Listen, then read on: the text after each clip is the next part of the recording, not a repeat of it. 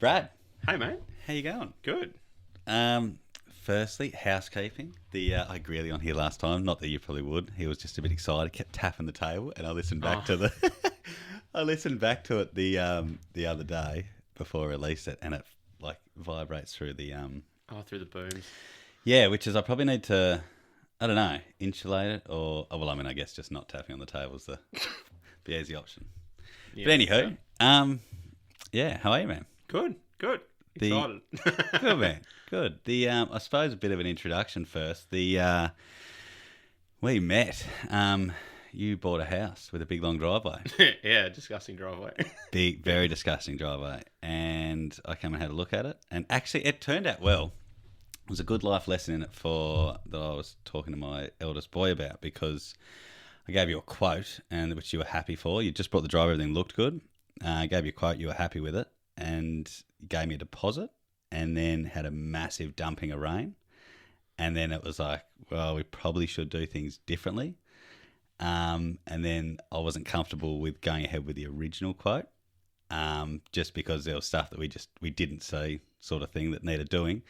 Quote changed, and then I remember I was going to send you the money back. You're like, no, keep some of it, keep a few grand. And I was like, no, it's not the way it works. And then it sort of worked out all right, because you hired a digger and stuff off me anyway. So yeah. And it worked out wicked, because I was talking to my my eldest boy about it, and he was like, oh, that's all right, like it was money for nothing. And I was like, well, not really. I was there like, I don't know, half a dozen times for one. Yeah.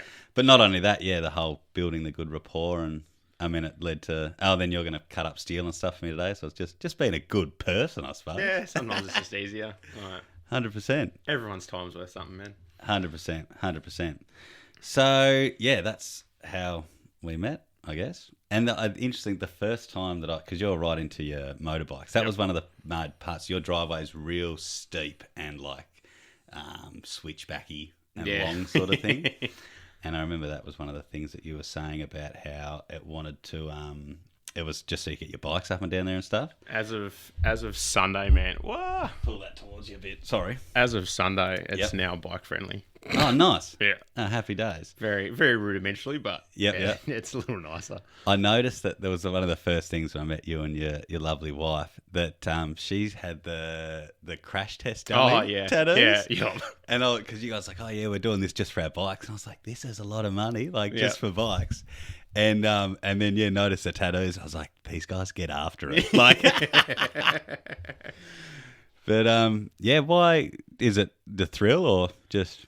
I don't know. I think like growing up, I was always told. Oh, and if mum and dad listen to this, they'll kill me for it. But there's probably a few things they're going to hear on this that they're not going to like, but that's all right. Growing up, I was always told no bikes. Yeah. Nah, they're dangerous. Don't do that. Don't do this. Don't do that. They're dangerous. And I remember I was maybe primary school, young guy, couple houses up, had a little, I think it was a CT or a CRF 50, like just a little pit bike.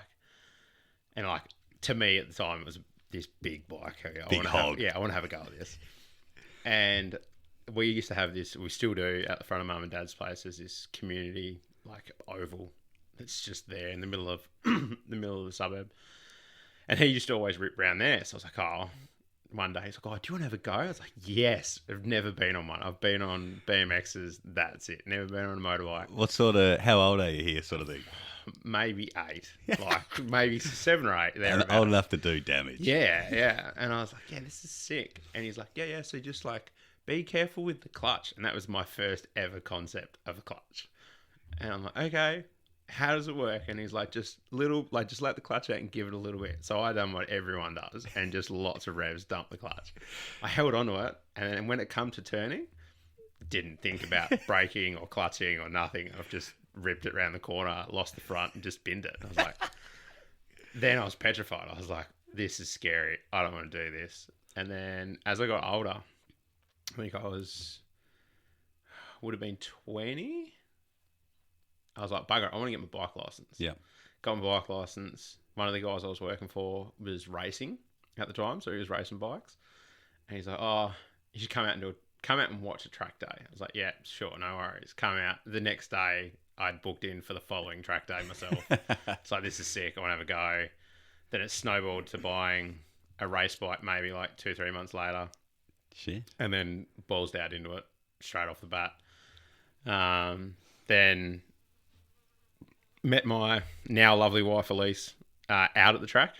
Like not long after I started racing, we were seeing different people at the time, but sort of clicked, become mates. Yep. Just sort of snowballed from there. Written in the stars. Yeah, as weird as it is, like we have this weird fate sort of thing you could say. Like how we became sort of like best mates. So I'd separated from an ex. I was working flat out, like just my life was just chaos. And then I randomly turned down a street in North Hobart and just, I don't know why, glanced up the alleyway where I knew she sort of parked her car for work. And it was maybe 11 o'clock at night. And it's just that weird instinct of like, oh, I'll just glance up there. And the bonnet of the car's up. I was like, it's super late. I think it was like a Tuesday night or something. I'm like, why is the bonnet of your car up on a Tuesday night at 11 a.m.? Like 11 p.m., sorry. This is weird. So I rang her and I was like, are you okay? Like, what's happening? And she's like, she said, I don't know. My car's just lost all its coolant. Yeah. Next thing you know, I was like, oh, cool. I'll come around. I've got some stuff in the van. I had the most ghetto van back then. It was just creepy as creepy. And yeah, turn around. Got some Fucking Mecca's here in the background. Just text him there's a fly going there. He's trying to nail it with the There it fly is. front. Yeah, maybe if you're not standing in the doorway, it'll like go out. get it. Get out, mate. Here it comes. There it goes. Oh no. No. Fuck. Imagine that. Anyway, Anyway, we'll sort that yeah. out. Back to your ghetto van, bruv. Sorry. Yeah, so I ripped around. I think she ended up popping one of the copper hoses off a heat exchanger, so I just bumped a whole of stuff out. And I had some steel putty in it, in the van, so puttied it up. That stuff's wicked. Oh, mate, that's good for everything. And, just puttied it up, and I instinctively we were sitting there having beers waiting for the putty to go off. Yep. And I just instinctively just went, I'm comfy, blah, and just word vomited, like, Oh, really? all of my chaos, like, Yep. that had just happened, like, everything that had unfolded. Yeah. I was just like, you're a good person. I know you well enough. And I was like, that. And she's like, holy crap, you've had a run. Like, this is hectic. And sort of nothing really transpired there. And then only maybe 6-8 months later, I bailed to WA for work. Yep. So it was sort of, timing wasn't right, all that, like, it literally was right person, wrong time. Yeah. Like, and we both agreed that like that was the case. And then only, what have we been? We were married 2 years in Feb, and we were together maybe 12 months before we got engaged. Yeah, shit. Yeah, I was like, we both went, nah, bugger it. Like, we talked about it, we joked about it. Oh, let's just pull the trigger now and go for it. So we've been together 4 years, I think. Yeah, coming up to 4 years. Nice. And yeah, like best mates for 10 years. Oh, congratulations. So, like, yeah, it was cool. But yeah, the bike thing's just been... Was she... Did she ride before? Oh, yeah, she did. You said it. Yeah, so she's had a bike license longer than she's had a car license. Yeah, well... And I've done my learners 5 times. Yeah. So, not because I'm an idiot. Yeah. But it was just... I'd get my learners, like, get back into road riding. Yep. Then racing, you get in. Yeah. And then it went to... Got my learners again. Yep, sweet. Then I moved away. Yeah. And, like, learners don't, like, transfer state to state. And I didn't want to change my license. So, like, everything lapsed. And then by the time I got my full license, only, like, a couple of years ago, all of our friend group were like, oh, yay. No more, like, provisional license. No more. None of this stuff you can actually ride. But, yeah. And it's just been chaos ever since. It's funny you're saying about getting your license, or your first time binning it. I remember when I did my bike license, I got mine when I was 19, I think. Yeah. And it was in this picket fenced yard in Moona. Yep. They still do it there. Oh, really? Yeah. So it might be the same. My eldest boy was talking about, he did his with my old man a couple of weeks ago. Yeah. But when I did it, there was a guy there, like I grew up riding on the farm and stuff. Yeah. And I was pretty comfortable on a bike. There was a guy there who was a good rider, but just like was a real sort of nervy person. Yeah. And he just he got in his own head, and like he was just I'm gonna fail, and the instructor, we were standing out in this yard, and the instructor's like, see over there, and you can see there's these patches, like this picket fence, there's like a new patch of like half a dozen palings, then like another new patch over there, and he's like, that's all from where people have like binned these bikes into the fence. And he was like, see that one over there? It was the freshest repair. And he's like, that was a bloke last week who broke his wrist, and apparently he still passed.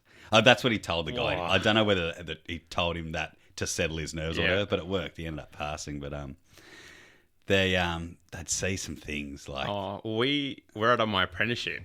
The workshop backed onto, kind of diagonally backed onto that yard. Yep. And every Tuesday, Thursday, you'd go out and have smoke on lunch out the back of the workshop and just watch and see if chaos unfolded. And more often than not, it did. Yeah. That poor fence just copped it. The thing that I found, which was actually harder than riding the bike, and I don't know if they still do it, but you had to like partner up with someone, and you sit on the bike, and the person behind you has to like run and push you. Out, yeah. That's like hard, as you know, like riding a bike at slow speed is harder than riding fast. Yep. Hard as I mean, I suppose that's the idea of it, but yeah. And I can't remember the instructor's name. He was a dude who was like, he was really, really nice, but I think he felt a bit hard done by the company. Some job had come up. It wasn't Terry. Oh, I honestly can't remember, but he was like he'd take batteries home in his backpack, like he rode every day to like charge them, and a job had come up to be like the next level up, like I don't know, I'm not sure, but yeah, he was a really, really good dude. He was saying he had I think it was a CBR 600, and he had like all the matching kit, the whole lot. He told us this story about how he told us a few stories. One of them, he was riding along, and there was some young blokes who were like mouthing off it, do a wheelie, you shit cunt, and it was just around the road from his house. And he went home, parked his bike, and then his missus had like a little 2-stroke Vespa thing, so all the same kit and stuff. Got on the little Vespa and then went back past her, and these guys like double taking. That's and all so that. sick.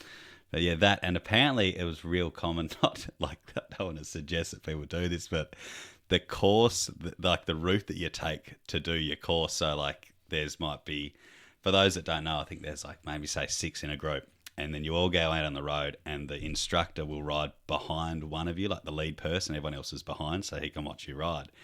And apparently it was pretty common for down past Risdon, the prison, that you knew, like people had just done their license that knew like the time of the dates. They'd be like going past just in like boxer shorts and stuff, just like because they know they'd get seen by like these instructors or whatnot. So, but there's definitely a freedom, like just the smells. I think like just riding on the road.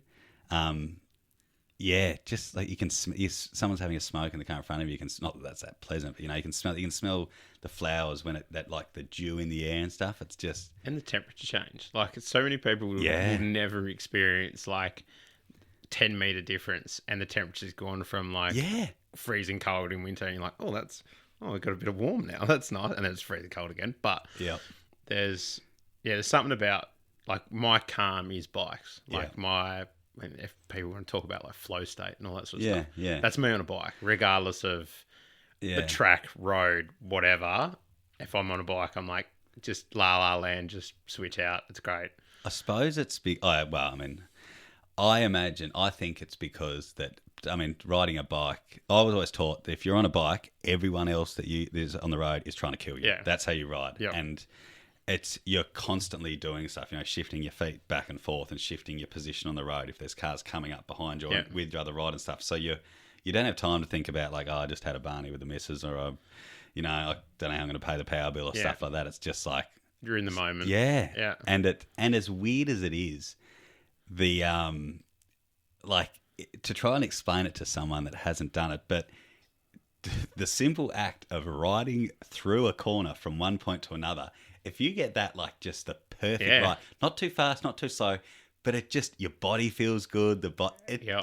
Which is such a strange, it's such a simple driving through a corner, but it just, honestly, it feels like that meme you see with like the dude in the universe. And he's just that's what it feels like. 100%. I had the luxury a few weeks ago now. My backstory. My wife Elise used to, and still does, swing on sidecars racing. I saw photos Yeah. you put over there. Yeah. Dude, that was nuts. So I was first time back racing a handful of months ago, and a guy I used to race with was like, "Oh, I've got a sidecar now, but I need a swinger for the 2-hour event that's held at Basque every year." He's like, "I want to be there, just like we're only a support thing, but I'd like another sidecar out there. Do you know anyone that's keen?" I was like, "Oh yeah, well, Elise is home. Like, yeah, she'll just go to it. It'll be fine." So I threw her under the bus, and she's like, "Oh yeah, whatever. I'll do it. I don't care. It'll be fun. I haven't done it in ages." And I made the ploy of like, "Well, you done a full race weekend for me a handful of weeks ago. I'll do a full race weekend for you, just supporting swing and spanners, whatever's needed. No dramas." Roll up on the Friday for practice, and one of the guys from Launceston's, like the guy that was meant to swing for him, just like bailed out. Like, there's a whole story there with it, but I'll leave it alone. Yeah. And so I'm helping a couple of the other boys that I used to race with out on pit wall, just putting out signs for them to let them know what times they're doing and stuff like that. And Elise comes just like wandering over, and she's like, "Hey, you got to bring your leathers tomorrow." I was like, "Why?" And she's like, "Oh, you're swinging on a sidecar tomorrow." And I was like, "No, I'm not. Like, no, the plan was you race this weekend. Like, I'm not planning or prepped to race this weekend." She's like, "Oh no, you are. Gavin needs a swinger." I was like, "Okay, sweet." Went and met him, hadn't met the guy before. And I like looked at this sidecar, and it's just got this big, dirty number 1 on the front of it. And I was like, So you know he's going to be moving. I was like, oh, like I'll happily say I can go around Basque pretty fast. Yep. Not top of the field, none of that, but I can boogie when I get a clear run or whatever, like all the excuses in the world. And Gavin's like, "Right, so your first time on a sidecar is qualifying tomorrow morning." So you'd never done it? Never done it. Nah, I'd seen them. I'm like, yeah, look, they intimidate me. They don't scare me. I'm like, yeah, this will be fine. I'll respect it. And he's like, "So I'm going to do 2, maybe 3 laps and then pit. And if you're like, nah, not for me, we'll just turn it around and park it up." He said, "But if you are, 4, 5 and 6 are going to be getting quicker." Yeah. It's like, no worries. First 2 laps, I was like, man, this is pretty crazy. Like, it's like hard work. I'm a big dude. I'm a lot bigger than I was when I was racing full time. It's like, but this is sweet. Pulled in. He's like, "What do you reckon?" I'm like, "Oh, well, have you got any more fucking nuts, or are we just gonna are we just gonna dawdle?" That was the worst thing I could have ever said. Coming down the back straight, I don't know what speeds we hit, but from after that lap, I had to make sure I was like laying behind the inside wheel. Wow. Because the amount of braking force that he had was just going to send me over the front. Yeah, shit. Like, he was just hooking. What size engines are in these things? He was running 1,000cc Gixxer motor. A couple of the guys run 1100s. Yep.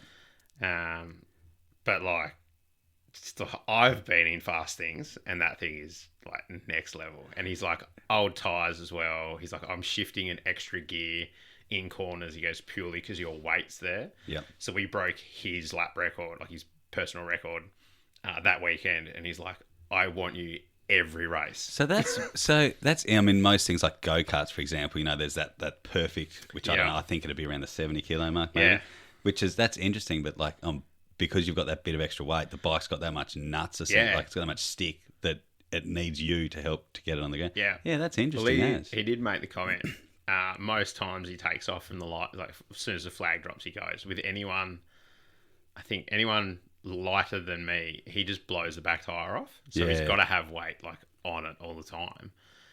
And he did say to me, he's like, "Oh, last race, I don't know where we are in contention for points, but let's just make a show of it." He goes, "Don't sit on the back tire." I was like, "What?" He's like, "Yeah, I'm just going to bag the back tire up and just make it a bit of a show as we leave the lights." I was like, sick. And then I was like, oh my God, because it hooked like halfway up the front straight and just twitched, and I was in no position for it to twitch at all.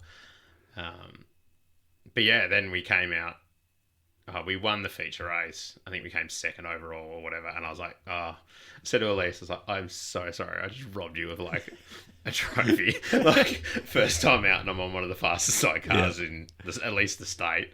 I don't know about the country, but yeah, he's quick. Are they, comparison wise, a sidecar compared to just a normal bike going around? What's the difference in the time? I think so. What lap times were we doing? I think we were doing like our best was a 104, so a 64-second lap. Yep. And my best on a 600 was a 57. Yeah, okay, so a fair bit of difference then. A little bit of difference. I think he was going quicker. So the previous race meeting, I was on a little Yamaha R3. Yep. Mates, the race bike. Yep. They are hands down one of the most fun bikes to race. Like, really? Yeah, they are. If you can ride a little bike fast. Like, true. They'd say that like it's better to ride something slow faster than something fast slow. Yeah. So that weekend that I had that, we had like old cheap tyres on it, everything else. Like I qualified okay for someone that hadn't raced in 8 years. And then the rest of the weekend I spent just chasing grip. Like it just wasn't happening. Anyway, but at the same time I was like, this is so much fun. Like just cutting laps, burning the back tyre off a 300. Like it's pretty fun. Yeah, for sure. But yeah, he was sort of doing, like we were sort of doing around the same lap times as what I was, or what the guys were and doing on the sort of lights GP sort of class bikes. Interesting. Which is still quick. Yeah, yeah. That, like, and I think the sidecars go around quicker than cars do. Well, some of the cars, not all of them. Yeah, wow. Yeah. Yeah, that's Someone tricky. will correct me on that for sure. Yeah, mate, there always is. Like, it doesn't matter what you say. Like, there'll always be someone. But speaking of, so you're, I suppose, going into your work. So I was, you're a welder you're a weird welder. I suppose I'd like a hanging upside down welder. Oh, I started as a weird welder first, though. Yeah. I'd done my apprenticeship as a boilermaker welder. Specialised in pipe work and pipe fabrication. Dabbled in cars. Dabbled in everything. And then buggered off to WA, done some work over there, and then realised that the welding work there was boring. Like it's just maintenance work, so it's just, this is broken, fix it. Yeah. Nothing really hard about it. And I'd previously seen some guys hanging off ropes doing what I was doing, and I was like, that looks like that looks harder. Yeah, that looks like it's gonna suck. Let's give that a go. And I can confirm it does suck, but it's so much fun. Yeah. I think I've been a ropey now for 6 years, probably coming up 7. I saw, and even so, I mean, I've seen you've sent me some of the videos of some of the stuff that you like. It's ridiculous, and we'll get to that. But even like the art of welding in itself, I suppose, without hanging from ridiculously high stuff. Like when I was at Baskerville, and I put one of the cars up my store, and you're like, I did those headers. Yeah. Dude, that was hot work. Yeah. Like the whole, how you did, they were timed. Yeah, they were all equal length, and they're all pulse set, so that the firing pattern and everything is all the same, and you can get a certain note. Like that was an LS motor in a Bradham open wheeler, and like you can make an LS sound like a Formula 1 car, like an old school Formula 1 car, if you know the pulse pattern of the exhaust. And then it'll, like, without getting too much into it, it'll like self scavenge, and then the certain pulses will give you the certain note out the pipe. So all your equal lengths like matter. The size of like going when they all merge to 1 or merge to 2 or whatever, and then expand back out like a trumpet. Like they've got that all's got to be calculated sort of like relatively good. Yeah. So you get like the right note out of it, so it sounds good. Like that thing, I don't know if you heard it out on the track. I mean, I had the kids with me, so I was like on, not high alert, but I was keeping them entertained. There was a lot going on. I mean, there was a lot going on there in general, but I didn't hear that specific one. So that one here, I'm pretty sure if it's the same motor, he de-stroked it to I don't know what, but he did de-stroke it so it could rev higher. Yeah, work it. And like it sounds like an F1 car, like an old 80s, like they were the best sound, man. Yeah. Like they just have that sound. It's like I'm going to eat your children. Yeah. Like, at idle too. Yeah. Yeah. Like not even full noise. Like they're just having a go. Yeah. So that sort of still is like I'm still passionate about doing like cool little stuff like that. There's just there probably is more work for it, but I just with the working away trying to set ourselves up, it sort of just got put to the back burner. But it is like cool stuff like that. Like every now and again, someone will be like, "Hey, can you do this?" I'm like, "Oh, yes." I suppose that's one of those things. If you get people, like a lot of people could claim, like there's no way in hell I could just build a set of headers. Like I can weld enough to make things stick together. Yeah. no one has to look. The gorilla welds look like shit, but they're strong. Yeah. But like, I could easily claim to someone that I can do that sort of stuff, I Yeah. suppose. And because, you know, the cost of living's through the roof, everyone's always looking at ways to save money and whatnot, I suppose. So there always, you know, is people that, I mean, you always hear of people getting done out of money. Yeah. With the rope stuff that you do, welding, I mean, like, I or anyone else for that matter can't legally, like, I'm not even going to get near one of those places to do Nah. it. So it's not like you earn that money, no one's going to undercut you Yeah. and do them out of the money. Like, that's pretty serious shit on the line. Yeah, all the rope stuff. There's 3 rope companies in Tas. One of them's got the monopoly of 90% of the work. The other guys that I've done both work for 2 out of the 3. One, leave that alone. For the 2 that I have worked for, I've done boilie work for both of them. But it's so sparse in Tas. Like, there's just no one knows enough about it to sort of be like, oh, that's a great idea. Or they look at it and go, that is so dangerous. We're not touching it. Like, that's, nah, we'll build scaffold and we'll put people there, when like you can be 2-3 days building a scaff where like someone like myself and 2 other people to help me, we can be there in an hour. Yeah. Like, it's... Yeah.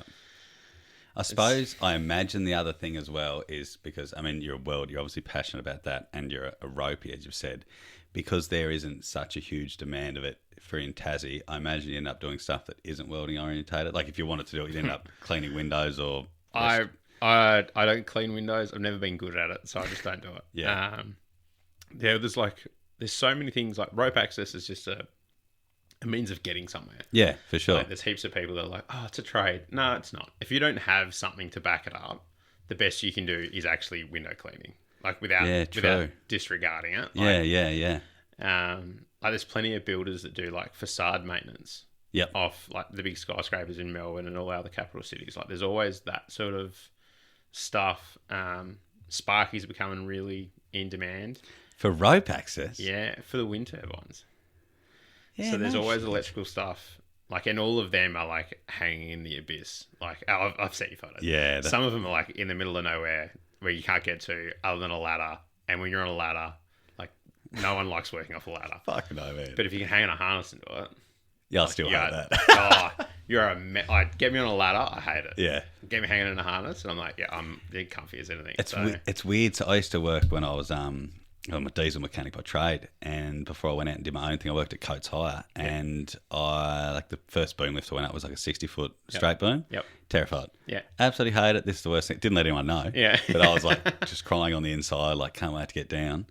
And but it's like you get desensitized to it. Yep. And then after that, the biggest boom that Coates had in the state was, again, I don't want to get this wrong, I think it was like 49 meters, maybe. I think, like, so massive. I know, 135 feet. I don't know what that works out to be. That was the one that used to float in. Yeah. So I got to drive that. Yeah. Many, many years ago. That thing, and that had like extendable, like, that thing was mental. And I'd go up in that, and that would sort of be, I could do it, but it was uncomfortable. But same thing now, like, yeah, like, I get on the roof of my house. My kids the other week, they were like, oh, I want to see, it was a couple of months ago now, they wanted to see what was on the roof. Oh, yeah. Fucking why not? Yeah. Let's do it. Got up there, and it was sick, and they frothed, and but yeah, terrified. And I was like, one story up. We had that boom lift up there, that specific boom that Coates had. I think I still might have been an apprentice. I was working out at Cadbury's, the chocolate factory. Oh, yeah. And I can't even remember why they got it in. They got it in for a job. It wasn't for us, but there was only me and one other guy that had a license for it to drive it. And they're like, oh, can you just drive it into site and park it up? I was like, yeah, sure, no worries. And the guy that was with me had like, he's like, I'm okay with everything. Nothing scares me very much. Yeah. He gave me hell as an apprentice, and I happily got payback later on down the track with some practical jokes and some chaos. But yeah, I was like, I'll jump in. We'll go up. Yeah, I want to see how tall this goes. We got maybe half out, and he's just like crouching in the basket. And the further up we got, the lower he got. And by the time it hadn't locked out yet, and like obviously you know when you're in them. Yeah. When they lock out at the top, they lock out and they just wobble. Yeah. And so I've locked it just before it got to lock out. I was like, yeah, we're there. and he's like opened his eyes, sitting on the bottom of the basket, and he's like looking around. He's like, "Yeah, no, this is sick." And as he's just looking around, it's gone, just locked it out, and it rocked. And he's like, he just freaked out. He was gonna murder me. I'm like, dude, you can't even get up off the floor. Like, I'm pretty safe here, man. Brought him back down, and he's like, no, I wasn't even scared. I was like, oh, this is hilarious. Like, it's a different sort of fear, though. Like, it's a natural fear, man. Yeah, like, true. Yeah. I mean, that's one of the only things. Well, there's 3 things you're born with. I can't remember what they are. It's like fear of falling. Yeah. I can't remember what they are. But yeah, like height and drowning. Are the most common. Well, not the most common, but the most.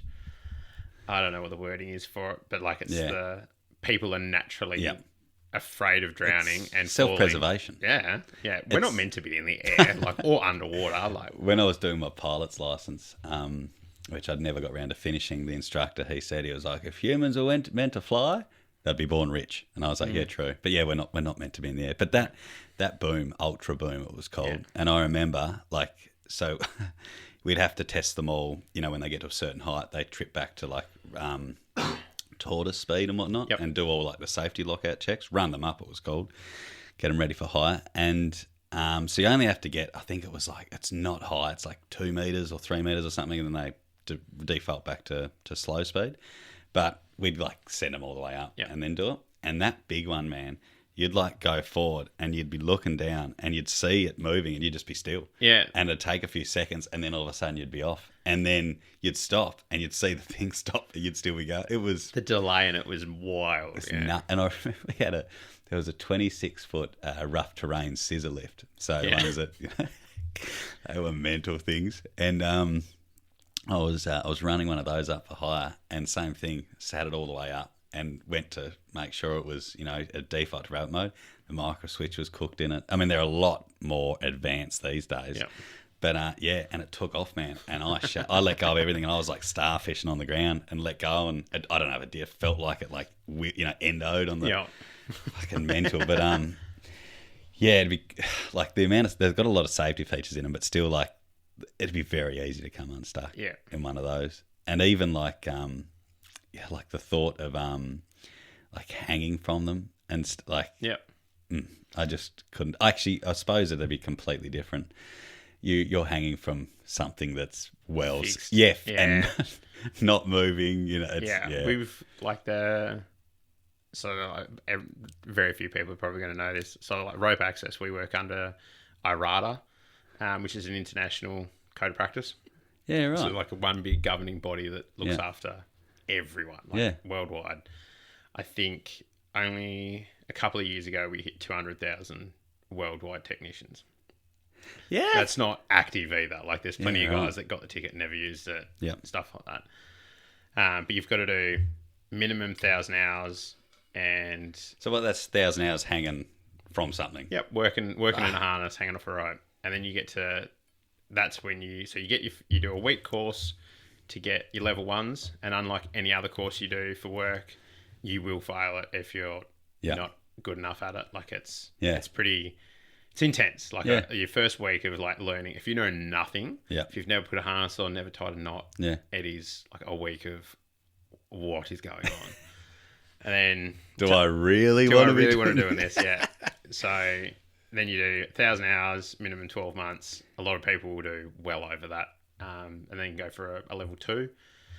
Then the same thing. There's a week of training, a few more advanced rescues and sort of techniques to save people, essentially, which is super weird because like your aim is to never have anyone get hurt on a rope, but like shit happens, like chaos ensues. Would this be a similar sort of training to what someone would have to do if they wanted to do like a specific rescue sort of role, like I don't know? I think so. Yeah. Like I know. So our rope access rescue stuff, once you get to a level 3, like your level 3 is in charge of your rescue plan, your setting up and checking the gear, not solely, but their point of contact of everything. Leading hand usually the or lead. something. Yeah. And I know a lot of level 3 stuff does correlate with like down here TFS, Task Fire Oh, yeah. Service Rescue. Yeah. Some of the SES stuff as well can correlate, but they're all so far separated that it's different again. Yeah. Like they do high rope rescues for tower rescues. So I had to do training for tower rescues 18 months ago for a job I was doing in South Australia on the wind farms. Oh, yeah. Yeah. And I was like, this is so, like, it's so common sense to me that this is how you get someone down. Yeah. And there's guys there that have never touched a rope doing that training. And I was like, I feel like I don't trust you to save me, but Yeah. but at the same time, like, those courses definitely teach you enough Yep. for the role you're doing. Yeah. Okay. That is it. Whereas, like, the level 3 for rope access is so much broader. Like, casualties through just Like about anything. limbs hanging off type of shit. Yeah. Yeah, So, wow. like, with our rescue training for, like, the level 3 assessment is, like, you have an 80 kilo dummy attached to you. Well, you have to go get the 80 kilo dummy, attach him to you, and then get him to the ground. However the assessor seems fit with, like, they'll brief you on what they want you to do. But yeah, there's usually like 5 or 6 different rescues that you'll have to do with an 80 to 90 kilo dummy on you. And it's just, you're taught everything the week prior. Yeah. But, like, there's a lot. Is there? Do you often? Forgive my lack of knowledge on this stuff, but so I imagine like rope access stuff. You start somewhere high, you come like above whatever you need to do, the person you need to rescue, the job you need to do, and work your way down. Is there? Do you ever go up? Yes, yeah, all the time. And what is that? Just like brute force, or have you got like a? So you're taught brute force, not brute force. You're taught good technique to climb up, like our Just on the rope. Yep, just on the rope. That's it. Like now there are like things called like power ascenders, and they're just electric winches. I've seen them, and you hook a drill onto it. It's well, you can get them. You can get petrol ones. You can get standalone machines that just run forever. Like they're gangster. But you're still taught to climb. Manually with the gear you have, very minimal. Like we have like little tooth devices that sit on your chest. That grab the rope, and they only grab the rope when you go up. So you go up, and then you can stop, and it'll hang you. Yeah. Same with our descenders. So they're just the device that feeds the rope down. That you can sort of have a handle. You can crank the handle, the rope feeds through it, and you can go down. I've seen them. Then I think you can pull back through as well. So, wow. You definitely get fit doing it. Like I think I've put on the weight that I've lost purely because I haven't been doing it for a bit for the last few months. But you can. Like when I was level 1, I think I lost like 20 kilos. Yeah, wow. Because I was in the Pilbara, so I was hot. Yeah. Just sweating and just disgusting. But it was just hard work. Like getting somewhere sucks. What sort of time? Like, are you like? There's some things you'd be like 8 hours hanging from a harness. 10 hours, 12 hours. Yeah. Does that mess with you? Because like I drive, dude. I get this like pinchy in like the bottom of me, like the top of my leg sort of thing. If I drive for like 3 hours, like I get like pinching nerve pain. What do you never, I don't think it like, especially, I know like all the like the fitters and some of the other trades that do it, like they're always moving around. So it's not, you never sort of like just sat and not moving. True. As a boilie, you're still moving. So you never like, you're sort of like rocking and like the harnesses aren't stuck to you. Like you can move the loops that are around your legs. We've got lovely little seats that clip to your harness, so they take the weight out of your legs and out of your ass. Yeah. There's ways around it. Like you try and do everything as comfortable as possible. Yeah. Like anyone that says, I don't use a seat as often as I should, purely because they restrict movement and stuff like that. Yeah. But you do get people that, I don't wear a seat. Only pussies wear seats. Like, wait till your hips are hanging in a harness for like hours and hours and hours, and then you tell me how sore you are the next day. For sure. You do get like little aches and twinges every now and again. You're like, that's a muscle and that hurts. That sucks. Have you had any like I'm about to die moments? Like, oh fuck, I forgot to do that. Actually, like only 18 months ago. Yeah. I'm not going to call the guy out because it's hilarious. But we were on top of a wind turbine, and these turbines were, what were they? I think they're 120 meters tall. That's so like a long way up there. And we're doing some stuff on the outside of the tower of one. So we're just sort of up there mucking around, rigging some ropes up to go over the side the next day. So we're just sort of mucking around.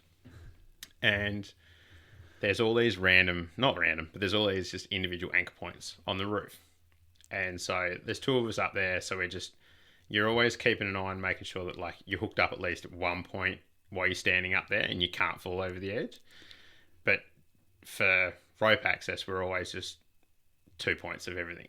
So if you can put a second point on when you're standing on something, most people will just go, because it's just an extra safety. Like, for sure. It's very comfy too. So you're just like, oh, I'm not going to die today. But because we'd gotten into the rhythm of like moving all of this gear, like we were moving, I think we worked out it was like 500 or 600 meters worth of rope that we were moving from inside to outside. And then there's just a lot going on. And I'll name him bugger. Poor Brett's just like staring at me, like he's sitting on the roof, and he's just like lifted his arm up and pointed at me. I was like, "What the fuck is wrong with you, dude?" And he's like, "Can you fucking stop?" I was like, "What do you mean?" He goes, "Look down." And I'm just like, look down, and like nothing is connected. Like the tails that I had to connected on my harness are just like dangling at my feet, and I was like, so what was holding you? Nothing. I was literally standing up, like I'd just gotten like dumb complacency. Yeah, like, yeah. And that's yeah. like I'll own it. Like I was just complacent and a fucking idiot. Like it just didn't register. Yeah. But I just unclipped one, and we think that like one of us had said something. Yeah.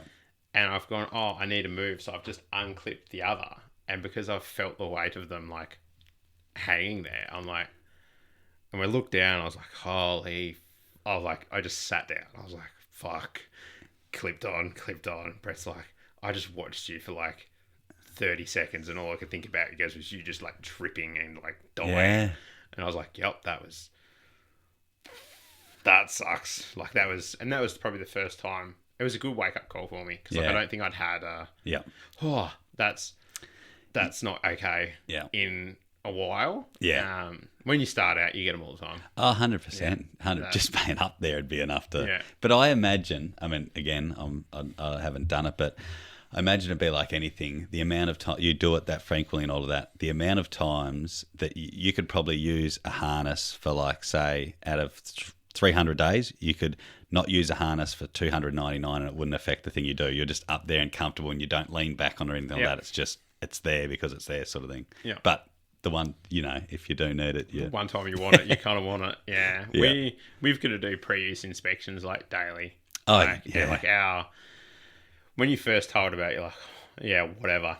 But then you hear the statistics of like, like the amount of deaths that have happened with like IRADA technicians is like so small because of how high we keep our standards. Like the standards for them are like ridiculously high. But like people still die. Like shit still goes sideways. Yeah. Stuff goes pear-shaped real quick. And there's a lot of like external factors. Like a guy in, I think it might have been Queensland, a handful of years ago, he was working on a building, on a high-rise building. I don't know if he was window cleaning or what, but he was just on a high-rise. And he could feel this weird like vibration through his rope. And he looked up, and like 4 or 5 stories up, there's a lady with a knife cutting his rope. Oh, shit. Yeah? Because she thought someone was trying to break into her house. There was other things going on as well, I think, to have her think that. But like he quickly just like, because we run a 2-rope system, so you've always got a backup. Yeah. And your second rope's very rarely loaded. So he quickly like loaded his second rope, got onto that, and just like sent it down. That'd be like attempted murder. It was, yeah. She got charged for it. I'm pretty sure she got charged for it. Yeah, it was. But yeah, like I don't know the guy or anything. But like to me, like that is like.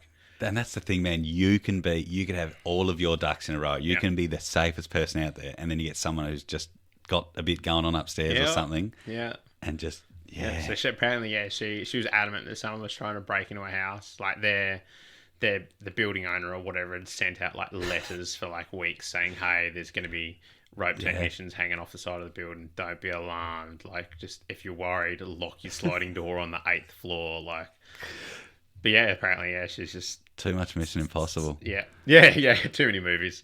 So that's nuts. Yeah. And do you think that So, well, you said that told me the other day you've been sober for a bit over 4,500 days. Yeah. Which came about because I thought I'd been sober for 1,000, which I have not.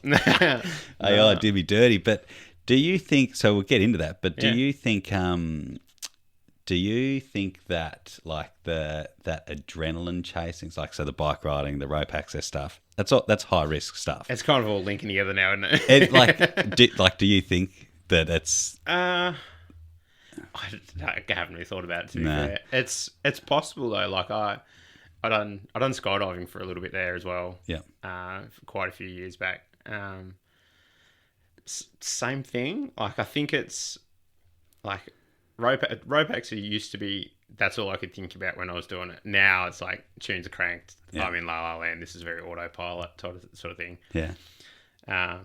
So I think it is just that it's enough of a not scare factor, but yeah, probably enough of adrenaline hit that I'm like can switch out of my own brain. Yeah. Yeah, I'd never thought about it. Oh, I hate you for mentioning that now. Now I'm going to think about it. It's I don't know. I think it's a common thing that I say, I'm no expert in any of this stuff whatsoever, but I definitely think that that's people that have had any form of like vices and addictions and stuff in their life, like high risk activity, and even like people going to the gym a lot and stuff. Yeah.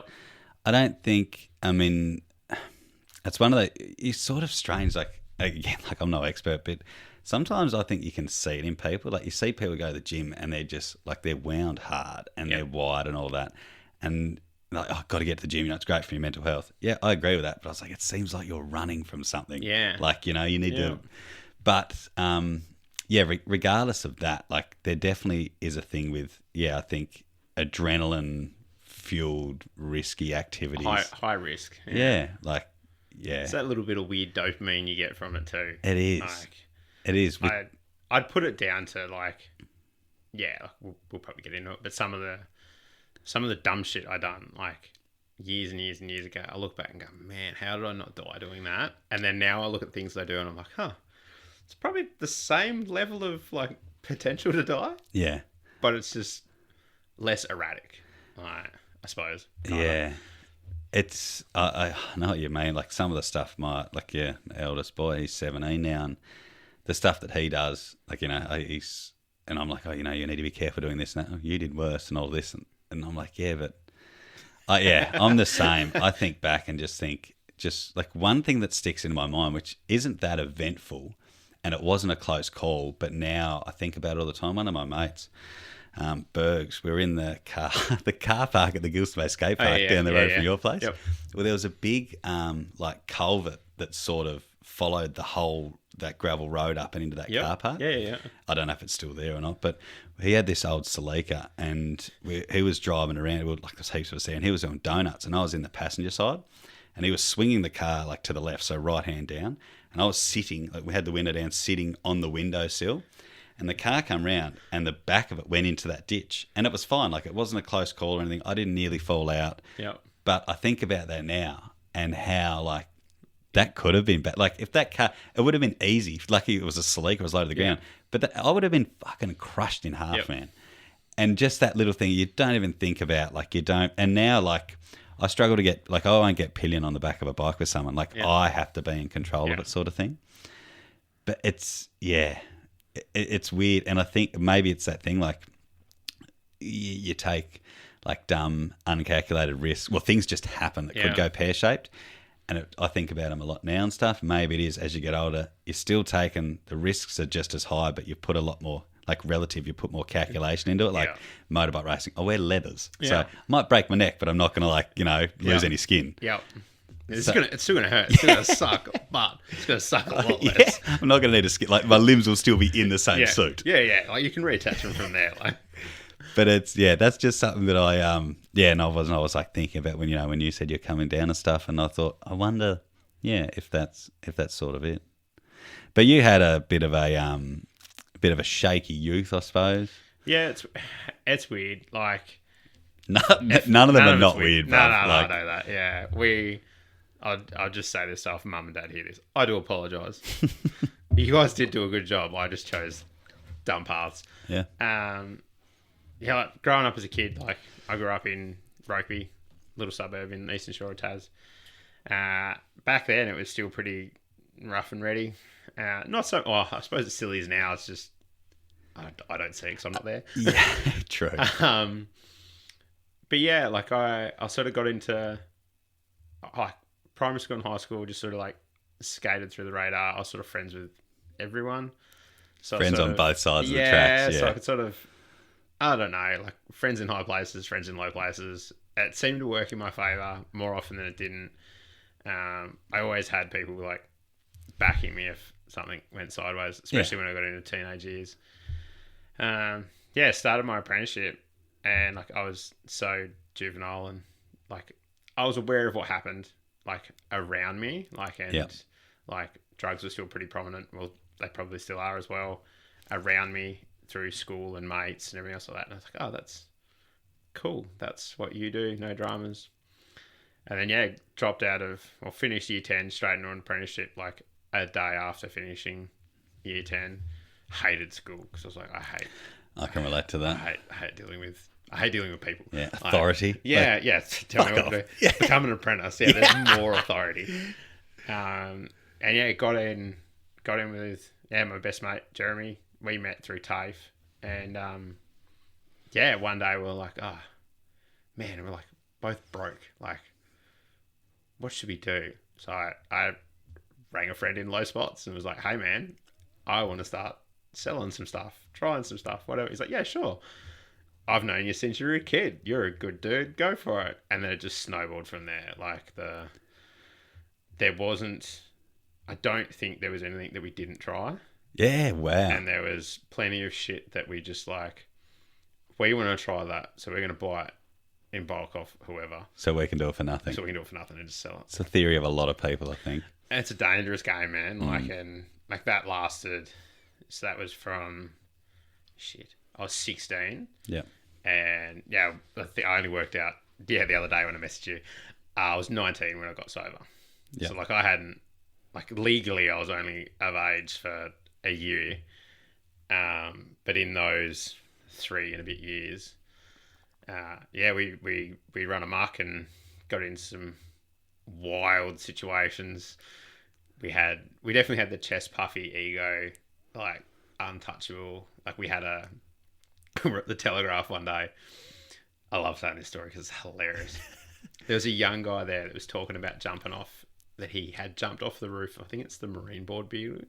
Not the Marine Board building, sorry. It's the one opposite where Billy's Burgers is now. I think it's Billy's Burgers. I'm not sure. I can't remember. There's a little single story or 2-story pier that runs out next to Brook Street. Yep. And he was talking up to these girls that he jumped off the roof of it into the water and everything else like that. And me and Jeremy were just sitting there having cans. And we're like, I've looked over and I was like, would you do it again? And he's like, oh, yeah. And I was like, how do you get on the roof? Oh.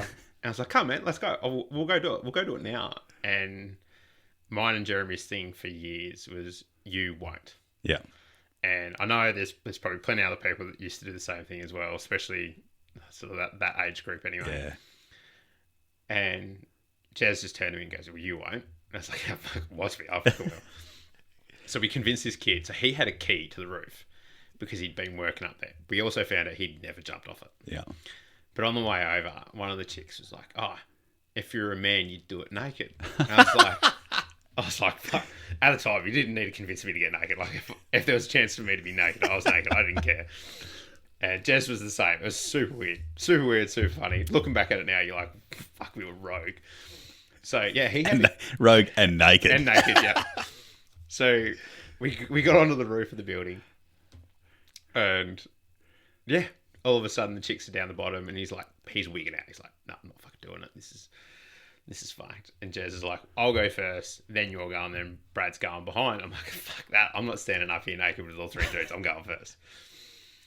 So I bail. I jumped off it, and you could just see him. Like, I got into the water, and some other random dude had, just either been, left of field with us when we were talking about it or whatever. But all of a sudden he was there and he's like, I've got your clothes, get the fuck out of the water. And I was like, what?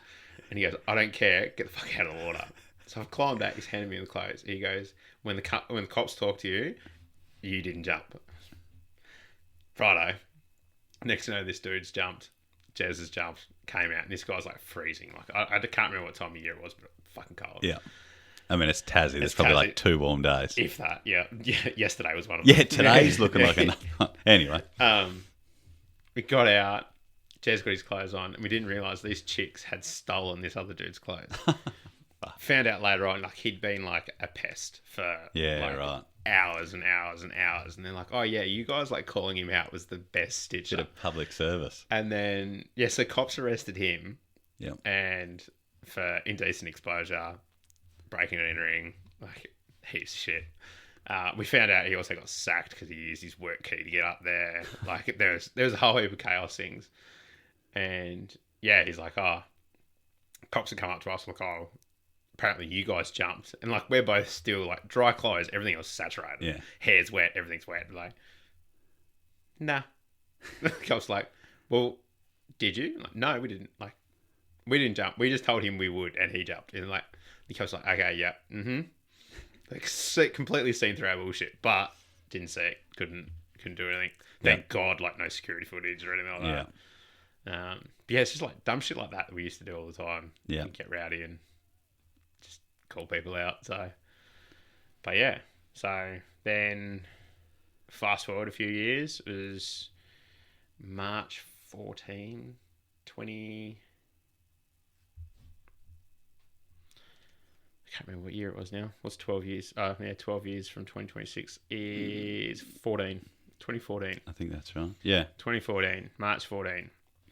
I had been living with Jeremy in his house. He had been in a dark spot for quite a few months. Sort of like as best I could as a 19-year-old. Be like, hey man, like, what's going on? Yeah. Nah, all good. Are you guys on the straight and narrow at this point? Nah. So I'd sort of like wound it back. Yeah. I had a pretty serious interaction with some people, and I was like, I'm either going to jail or die. Yeah. I don't want either, so I'm just gonna step back a little bit. Yeah. And when I stepped back, Jeremy stepped forward. Yeah. So it's hard because like we were living together. It was only like a couple of months I'd sort of stepped back. And like we'd done some stuff the night before, and then that night I was like, "Oh, I've got to go to my parents for dinner." Mum and Dad had like no idea. That's why I apologised before. I went to Mum and Dad's, had dinner there, got a phone call from him. Yeah, and he's like, "Hey man, just let you know, everything's gonna be sweet." Fuck. And I was like, "Okay. What have you done?" And he's like, "Nothing that's not going to hurt." I was like, okay, whatever. Very weird, man. Did you have like, at the time, did you have any inclinations of what? Yeah, so it was so I'd not intervened with him taking his own life, like, but I'd sort of like brought him back a little bit a couple of times prior. And the killer for me was when he hung up. Like we were always love you, bye. Like, and it was just, I do it to everyone. Yeah. Anyone that I'm mates with or whatever. Like, and so many people get weirded out. Yeah. They're like, what the fuck? I'm like, just whatever. Don't care. Love you, bye. Yeah. But the way he said it, I was like, oh, something's not good. Yeah. So I bailed. And, bailed. Went back to his place. I think normally it was like a 10-minute drive from Mum and Dad's place. Pretty sure I don't, like 4, just panic had hit. I was like, if cops catch me, sweet, they can follow me. Yeah. Like, and if this has gone the way I think it has, it may work. Kicked front door open because he'd locked it and barricaded it. And he was just inside the doorway. He was frothing and convulsing. He'd taken a handful of pills, and actually, when they done an autopsy and stuff like that after, like they do for most overdoses and stuff like that, and they've said that it was enough to have probably killed about 10 people. The amount he just shoveled. the shit part is that he'd followed me to mum and dad's when I went to dinner, and he'd left me a note. Ah, fuck. So, and I didn't find it until a couple of days later because it was on the car. But yeah, like he just gotten himself into a dark spot. Yeah. Hindsight's a fucking wonderful thing. For many years, I was like, this sucks. This is... Yeah. I said to you the other week, I'm like, I had this instant feeling of this has only ever happened to me. I don't know how to deal with it. Yeah. I'll decompartmentalize it. I'll just bottle it up. Yeah. Do what every traditional fucking dude has ever done in the last 20 years, 30 years, 40 years, however long you want to go back. And like his parents wouldn't let me go to the funeral.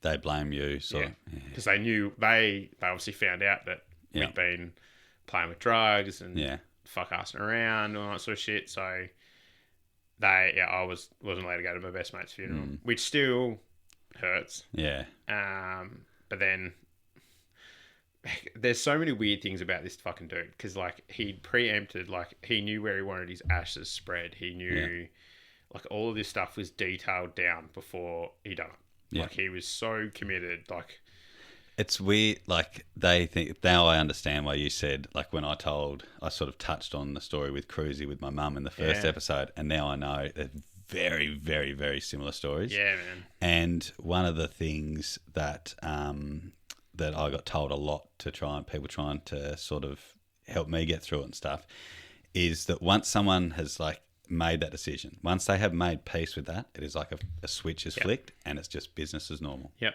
Which is, And like, so, there's only me and his sister that know where the entirety of his ashes are spread, which is pretty, like, cool. His mum does now know. Yeah. Because she asked for some closure. Did he not want you to? Didn't want anyone knowing. Other than me and his sister, and he'd only just found out a couple months beforehand that he had a sister. Yeah, wow. So like, a lot of moving parts. Yeah. A lot of chaos. And then his dad took his own life maybe 2-3 years later, which was just horrible. I don't know the ins and outs of it.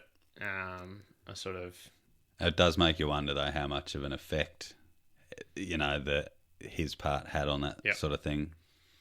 Yeah. So it's Then that day forward, I was like, I'm done. Like my best mate's just gone. None of this is fun anymore. Like I still drink occasionally. Yeah. But any drugs, that's it. No deal. Like I've got to be pretty buckled. Like you happily talk to my wife. I've got to be pretty buckled to touch an Nurofen. Like I'm so paranoid of like, I don't think it had a hold of me, but I don't think I'd gotten to the point of like, I don't know. Like, it was still an addiction, but it wasn't like I'd been doing it for 20 years and then tried to come out of it. Like I still detoxed. Like I was like ready to end myself like within the few weeks that I was there on my own, like dealing with it. But it's just it's like, so with Crew, that was Cruzy had come over to our place and we were just sitting in my bar. It was obviously when I still drank and just having a beer, just talking. Like he was going through a breakup, but he wasn't like down sort of thing. He like accepted it, made peace with it and stuff, and was talking. And then Westy and I, like, we're having a bit of a drink, just chatting away, and then we were inside and we're sitting. Westy and I was sitting on a couch, and there was like a recliner, sort of like off to the right of us, sort of thing. Yep. And he was sitting in that, and he had like a little notebook. He'd have it like not one of those things that, it's like people, Cruzy had a notebook. You'd see it with him sometimes, sort of thing. Yeah. It just wasn't out of place to see him with it. And anyway, and he was there, and he was like just writing it as he was talking to us. And then anyway, he stayed for a bit, and then gave us a hug, told us he loved us and stuff, and then he left from there and went down the road here, and that was sort of him. And then he it was me and my two daughters were driving past trying to find him because he was supposed to be at work the next day, and got there like the same time as the cops, which was pretty chaotic in itself. But he left a few of us a note, myself being one of them. Yep. And everyone else got theirs read to them. You can and you obviously found yours, but he had a backpack that he had some stuff that he left in, and the note was one of them. And so that obviously all goes to the coroner after a certain amount of time. Once if they deem it's, it's not a blanket rule. Most scenarios you can ring up and they'll read you out the letter. Yeah. And I was the only one that didn't for it was over 12 months. Yep. Just because to me there was nothing in there. It didn't matter. Nothing in there that I could have read to go, that's fair enough. Yeah. That makes sense. And when I read it, it was when the officer came around and was basically closing the case, which was just it was very strange. He had a folder that he brought in, and it was weird to see the last part of Cruzy's life was in this folder. And we just went through some stuff, and he was like, just checking, this is right and that's right and all of that, there's no foul play and all that sort of stuff. And he said, the last thing he said, your letter. And I was like, oh yeah. And he said, you haven't had it, you didn't get it read out. And I explained why. And he was like, that's fair enough. And he said, look, he was really, really, he was such a good dude. Yeah. And he was like, look, if you ever do want to read it, let me know. Just ring me up. And I was like, yeah, cool, no worries. And I was like, fuck it, I will. And he's like, oh, really? And I was like, yep, I'll do it now. He's like, no worries. And he went out and he got something out of his car. And the letter might have been his car or something. I can't remember. Anyway, came back in and he's like, look, you're not allowed to see this. I'm closing the case. It's officially closed. You're not allowed to read this and whatnot. But I'm just going to leave this here. And I'm going to go and make a coffee. And I'll be back. And I was like, yeah, cheers. And read it. And it was it was strange, man. It didn't have the effect on me. I'm glad I waited all that time. I would have been fucking fuming if I had read it at the start. But I felt it didn't bring me peace or anything like that. But at the end of the letter, it had Y2BBH2BF in big block letters. And I read it and I got to the end of it and I was like, oh, no shit. And started to cry, happiness sort of thing. And the copper was like, oh, do you know what that means? And I was like, yeah, man, Cruzy and I, when he first moved in, we were that close. We were going to get that tattooed just here, below our elbows.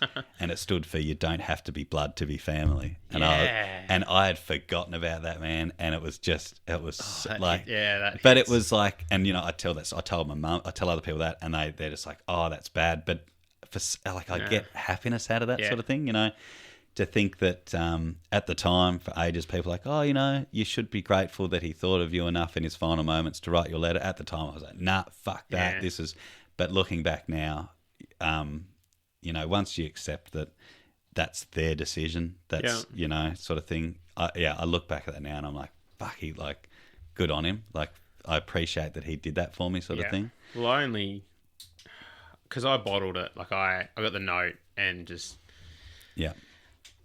dealt with the next fair bit of chaos that rolled through. I can't imagine, sorry to butt in, I know how much I struggled with that at the time. I mean, I'm I was it was only a few years ago. I'm a grown man. I'm a lot more in touch with my feelings and all that sort of stuff. I can process that. Yeah. And again, I didn't read the letter. I can't imagine all of that stuff and more compounding at 19 years old. 19, man. It was, I didn't process it until I was 22, 23. A relationship fell apart and I'd started seeing a psychologist and she's like, hey, look, everything nearly in your life at the moment is very toxic.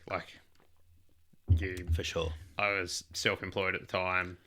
I was working 100-hour weeks, probably not 100-hour weeks, but a lot. Slept 4 or 5 hours a day, if that. I just buried myself in work, and at the time I didn't know, but now looking back on it, that was I don't want to sleep because if I sleep I think about it, or I slow down enough to think, and that deteriorated a pretty toxic relationship anyway that was happening. Thank God. At the time it sucked, but at the same time, everything that's happened, for years I looked at it and went, you fuckwit. I fucking hate you. You're my best mate. Why did you just... How could you do this to me? Yeah, how could you do this? This fucking sucks. But then there's like so many little flip sides of like coulda, woulda, shoulda. But then what could have been, like could I have, like, him taking his own life bumped me into not using drugs anymore. And it's a very, I know what you mean. It's the ripple effect. And it's a hard, like, yeah, I agree with similar things what you're saying, but it's fucking hard to form those opinions without feeling guilty. Oh, yeah. Like, you feel guilty thinking of that, going, well, but, you know, I've lost my best. Yeah, I know what you mean. Yeah, so, like, we joked, like, months and months before he took his own life. We were high as a kite, just in... I think we'd taken shrooms before or whatever. So we were just like, we're in another dimension. And it's one of the things that like stuck with me forever. And we joked and we're like, oh, what are you going to come back with as if you could die? And Have I fucking told you about... No. Sorry, keep going. So we joked about it and I was like, oh, I don't know, man. I reckon I'd come back as a turtle. I don't know. Yeah. I just like being in the water. I reckon they're majestic. They live forever. They just sort of like float about, whatever. And Jez is like, I'm coming back as a butterfly. Now, for context, Jez was 6'6", Shit. 120 kilos, like, big dude. And he's like, I'm going to come back as a butterfly. Fucking what? At the time, it was like, oh, that's hilarious. Now, I don't know. Like, people are going to fuck him. I actually don't care. Every important decision I've ever made in my life since he has passed, or any event or anything like that's had any significance in my life, I've fucking seen a butterfly. And I'm like, you actually fucking suck, man. Like, of all things, like I've spoken to people about it and they're like, oh, but that's his... There's a way to fucking... Yeah, they're like, oh, it's his soul hasn't gone past or whatever. And I'm like, no, I think it's that motherfucker's still taunting me. Like, I'm still here, ha ha ha. Yeah. But it just, I don't know. There's been so many moments like that where I'm like, you motherfucker. So I don't know if you noticed, but on top, like when you first walk in the door, there's a big eagle. That's like, I'll show you when we finish this, man. It's just out there. So that's fucking random as that you said that. So Cruzy and I, man, used to have the same. I never had like conversations about it, but Cruzy always used to be like, had this fascination with, you know, like, oh, what are you going to come back as? And he was always like, I want to be a fucking eagle, like a bird of prey, you know, like how just soaring around. Even though he was like, he always worked on fishing boats. Yep. Always like was of the sea, but just, oh man, imagine how cool it'd be being an eagle. And but yeah, again, we didn't talk about it all the time. He'd bring it up maybe once every year or 2 years, sort of thing. It'd come up, just enough for it to be like for remembering in my mind. When we drove past and saw Cruzy in his car pulled over there. The police asked me to identify him. I was like, not a fucking chance. Yeah. Rang my parents, got them to come here, go there and do that. And then we went back to my place, and pretty much I went there, and Westy was there, and I told her what happened. And then then the police followed me to my house, and I was like, oh, I've got to go to the lodge, which is where we are now. Yeah. So he'd only stayed here for like a couple of nights, but this was sort of. Yeah, because he just had a bust up and stuff. He was staying here. And I was like, fuck, maybe he's left something here. I didn't know about the letters and stuff at this point. Maybe there's something here that indicates just something. Fucking, just anything. Yeah.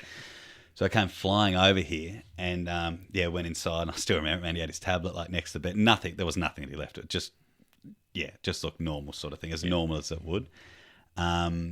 And then I was only in here for a couple of minutes and then walked outside and no shit, man, like over near the dam, like I just randomly looked up and there was this fucking huge wedge-tail eagle that was flying past and not long before that, I'd watched a World War II documentary and it was like a reenactment they'd shown of when they released the prisoners of war and they get them out in the sun and they look up and it was showing about how the pilots they dipped their wings to the left to acknowledge that they'd seen them, to let them know. This eagle comes past, man. Did the wing dip, and I was just like, wow. And that's why. So, and since then, same thing. Yeah. Not all the time, but quite often. Like I was on my story the other day when I did a one with Greeley. Yeah. There was like 2 eagles flying over here. I was like, oh, Cruzy's watching over. So that's something that me and my family have. I fucking seen a butterfly this morning as I was getting into the car. I was like, what the fuck? It's oh man, it's so strange. And the other weird thing as well that I've sort of forgotten about is When it happened, as I said, the police came to my place. I rushed over here, went back home, and then I had, there was like his family coming down, my family coming over. Everyone's a mess. The officers come over and they're like, "Oh, we need to take a statement. You were the last one with him, and all of this." I just couldn't, and they said, "Look, that's fine. Come down tomorrow. Come down to the station tomorrow." Yep, sweet. I'll be down there at 10:00 or whatever. And then that night at 6:00, I got just a message from his phone saying, "Okay," and I was like, "What the fuck?" Yeah, and I was like, "This is fucking strange. This is really, really weird." Went to it wasn't that night. It was like anyway, it was when everyone had left. I went down to the police station the next morning, and I basically just tell them, he was at my place, we had a couple of beers, this is what happened, nothing seemed out of the ordinary, all the normal stuff you do. Yeah. And they said, you don't happen to know his password for his phone? And I was like, oh, fuck, I wouldn't have a clue. And I was like, you guys obviously know it. What do you mean? He's like, well, I was like, I've still got the text on my phone, and I was like, I've still got look, it says okay. And he's like, no, that's like his phone right now is in the safe back there. We don't know the password and all that. And I was like, no shit. And a lot of people write that off. Oh, a lot of people are like, just like, because its reception's a bit iffy where he was and stuff sometimes. Although it was in reception because I was trying to call him all that morning. Yeah. But to me, I've always took that as that was him going wherever he is. Yeah, I'm okay. Like, yep. Yeah. And it was like such a Yeah. That was So there was a lot of things at the time, like the Eagle thing, the text message, and all of that. That was just like, I just sort of brushed them off, sort of thing, because I'm devastated. I'm pissed off at him. How's the world going to keep turning? All this stuff. But then looking back now, and I just, I get a lot of comfort out of that stuff. I'm the same, man. Like there's no easy way. Like there's no way of processing it, dealing with it, anything like that. Like everyone's like, so many people, because I bottled it. Like I just stuffed it down in a deep hole and just let it be there. And like I found out, going back to like the unraveling of my brain with it all was, I was boxing at the time, and a girl that worked with an ex of mine, who was my partner at the time, she boxed at the same gym, and she took her own life. I hadn't seen her in weeks or anything else like that. Didn't know her personally. Like I knew her. Yeah. And then when my ex told me, I like broke down, and she went straight for the, well, were you cheating on me with her? Yeah, and I'm like, oh no, like, but I can't explain this. Like but this fucking sucks, and it unraveled me. Like and it probably took me another couple of months, or probably even longer than that, before I'd start seeing a psychologist about dealing with everything that I'd bottled for so many years. And the same thing. Like you look at little idiosyncrasies. Like there's little things that I do now that are because of that. Yeah. Like, and there's little things that I say that are like not homage to him, but like just it's hard to explain. Like, I know what you mean. So me and my wife have a thing, and I've had it for years. She's just instinctively taken it on. And it's have fun, stay safe, don't die. Yeah. And that's a good mantra, mate. It's straightforward to the point. And it's been a mantra of mine for years. Like it's just, if I can have fun first, stay safe second. Next best thing is don't die. And I didn't realize how much I said it, like at all, until my wife started saying it, like to just random people as we're leaving. It's like have fun, stay safe, don't die. And it's just a funny little thing. And one of our best friends, Little M, she said she was leaving work the other week after like coming up to Christmas break, I think it was. And she'd sent me a message. She goes, when I left work the other day, one of her colleagues said, have fun, stay safe, don't die. Is this someone you know or something? Nah. So it's like made its way around. But Little M's been saying it as well, because she finds it hilarious. She goes, I just thought you'd like to know that this ripple effect has like That's come so back good. to someone completely random. Yeah. I was like, but it's so sick. Like it's and like in my head, I'm like, that was almost like an outcome of like the shit with Jeremy. Yeah. It was like, okay, well, we're always having fun doing dumb shit. If I can keep the fun going, sweet. Then Yeah. I'll just stay safe and don't die. Don't don't die. And it sort of come true. I sort of like rang a little true. I'll happily. I've tried to take my own life a few times. Oh, for real?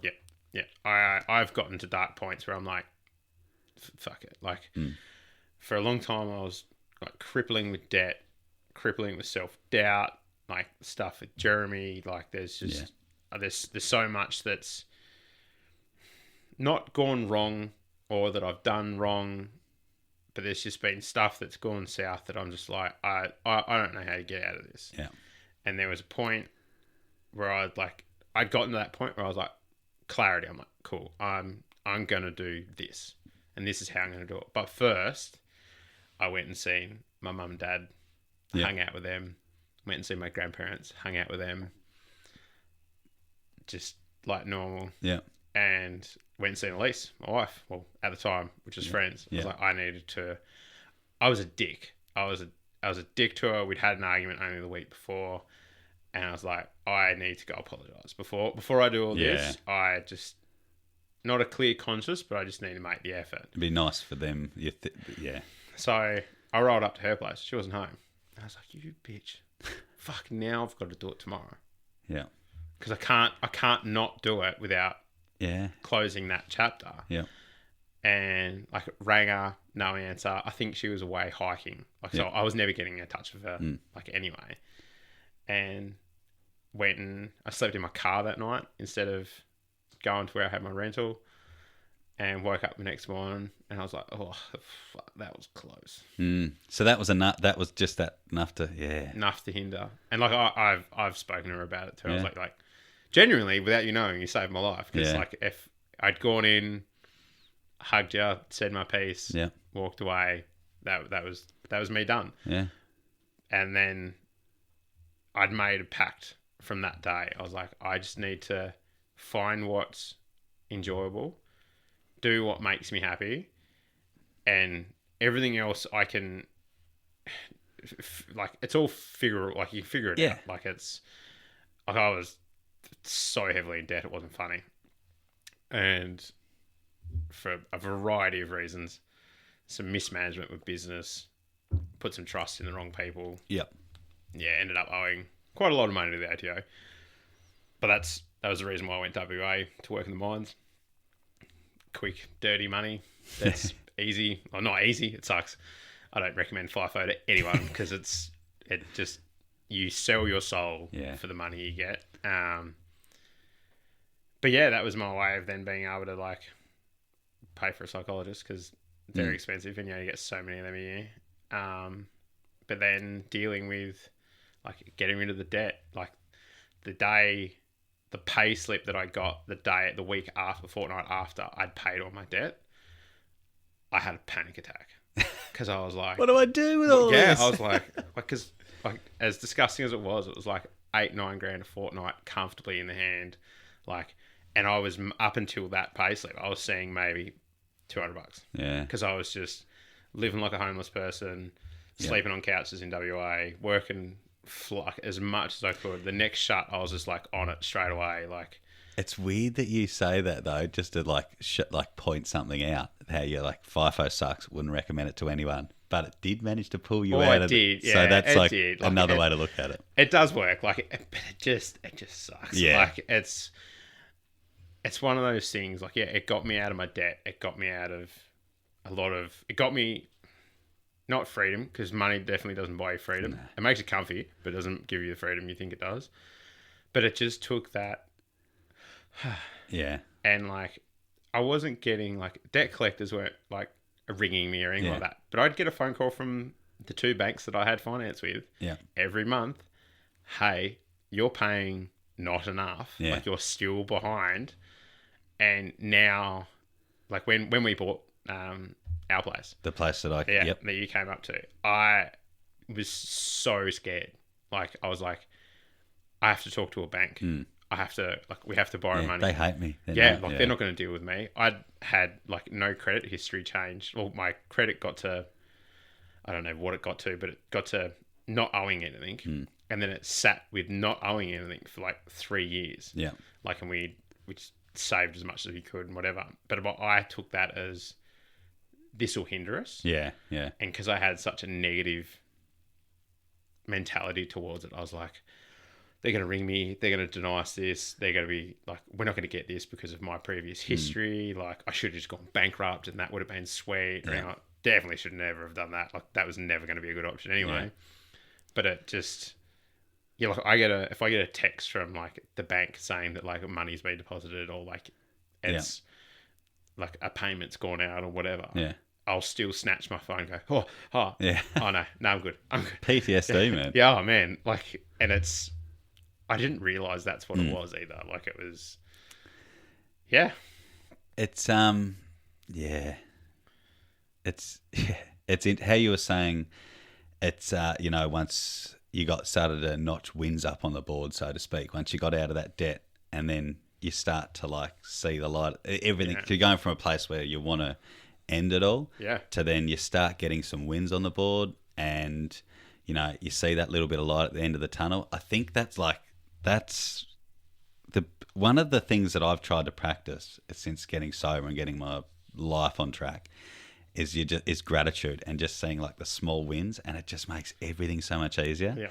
Like literally just, you were here, because I get stressed, I come down before someone comes down, I've got to set this up and that up and, make sure the levels are all right and all this. What if this person's late? I'm supposed to do stuff with my kids. Yeah. But then you were here, you're on time, this is going really well and all that. And I just think, like, and just feel gratitude for that. And honestly, like, it's weird. Like, I keep saying that I'm getting, like, hippier and hippier as I get older. But you do. Like, literally, man, just those little things of gratitude, like, it just, it has a ripple effect through everything. And then, this is good, like, it's a massive, massive difference. I catch myself quite often. Like, it was the other day laying those hex panels for the driveway. Like, there's nearly 900 of these stupid plastic panels that are also only temporary until the house is built, which sucks. But it's the lesser of two evils for the situation that we have. And because there's so many random, like, big rock in that driveway, what's holding them down is 150 mil bugle screws into the ground. Yeah. Now, out of, I don't know how many, every second or third hits a rock. Yeah. And you have to just move it to another, like, move the bit to another hole and go again and hope that you don't hit another rock. Yeah. And the other day, I'd gotten so wound up because I just hear the patch where it's just all bedrock, and I'm just like, this is just, I wanted to throw the drill, and I'm like, actually, you know what? It could be worse. Yeah. I could still be sitting in a donga in WA, sweating my hole out, going, why am I here with crippling debt? Yeah. And instead, I've got this kick-ass, I hope to say, kick-ass fucking property. It's a mean spot, man. Like, once the house is built, it's going to be sick. Yeah. I should point out, too, that was part of the reason. Make me look like I don't know what I'm doing with the quoting of the driveway. The difficult part is there needs to be a lot of trucks and equipment to get up your driveway. So the stuff that we were going to do, concreting if it's out of the question just because of the length of it. So anything that we were going to do now is going to be sacrificial, which is why you made the decision to not go ahead with it because, just the corners are that tight and pull up that hard that it was just going to get ripped to shreds. Yeah, so. And like I was a mate of mine, a friend of a friend's, concreter. Yeah. And like I was aiming to do like as minimal concrete in this house as possible. And then we decided to put a basement in it. Now we need like a 9x9 concrete pad for the basement. Anyway, so I got a mate up to have a look, and he's like, oh, man, like, we're going to trash these plastic panels. And I'm like, good. He's like, what do you mean? I'm like, they're $15 a panel, man. Like, I don't actually care. Like, that's why I put them down for. Like, I knew it was just going to be sacrificial. Yeah. I was like, but it's cheaper to sacrifice this than 100%. It is to do what we were going to do. But yeah, like, that is the only thing I hate about that property too. Like, I've spent so much time walking up and down that driveway doing it I hate it. But I mean, at the same time, you get to the top and you're like, oh, this is magical. Good euphemism for life, I guess, isn't it? You know, yeah. that hard push to the top. Yeah. But little things like that. Like, I mean, your driveway sucks, but once you're up there, it's a mint view. Yeah. Like being grateful for like the little things definitely plays a big part in getting you out of those, you know, dark even places that aren't that dark. The the gloomy ones. Yeah, the light grey places maybe. Yeah. You know, it's definitely a lot to be said for that for sure. Yeah. Yeah. Happy days, well, dude. That's easily the longest one yet, hour and a half. Shit. So, which is good. It just flows nicely, man. Yeah, man. Well, no, unless you got anything to add, dude. No, I'm sure it won't be the last time I'm on here. So. 100%, man. Happy to have you back. Done deal. Cheers, dude. Thanks, man.